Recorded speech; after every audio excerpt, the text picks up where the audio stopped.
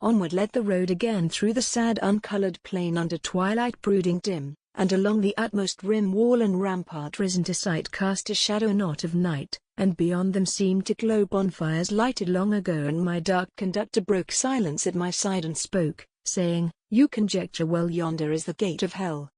Ill as yet the eye could see the eternal masonry, but beneath it on the dark to and fro there stirred a spark, and again the somber guide knew my question, and replied, "At Hell Gate the damned in turn pace for sentinel and burn."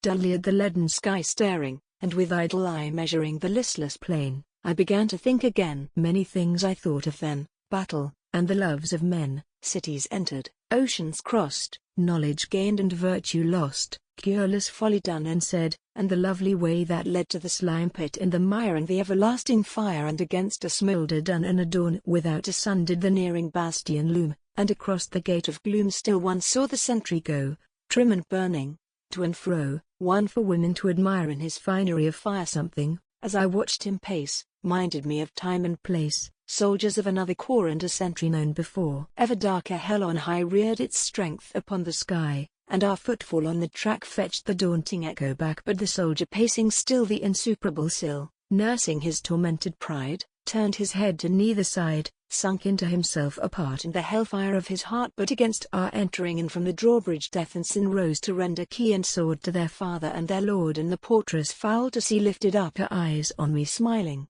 and I made reply, "Met again, my lass," said I. Then the sentry turned his head, looked, and knew me, and was Ned. Once he looked, and halted straight, set his back against the gate, caught his musket to his chin, while the hive of hell within sent abroad a seething hum as of towns whose king has come leading conquest home from far, and the captives of his war, and the car of triumph waits, and they open wide the gates. But across the entry barred straddled the revolted guard, weaponed and accoutred well from the arsenals of hell, and beside him, sick and white, sin to left and death to right, turned a countenance of fear on the flaming mutineer. Over us the darkness bowed, and the anger in the cloud clenched the lightning for the stroke, but the traitor musket spoke, and the hollowness of hell sounded as its master fell, and the morning echo rolled ruin through his kingdom. Old tyranny and terror flown left a pair of friends alone, and beneath the nether sky all that stirred was he and I silent, nothing found to say. We began the backward way, and the ebbing lustre died from the soldier at my side,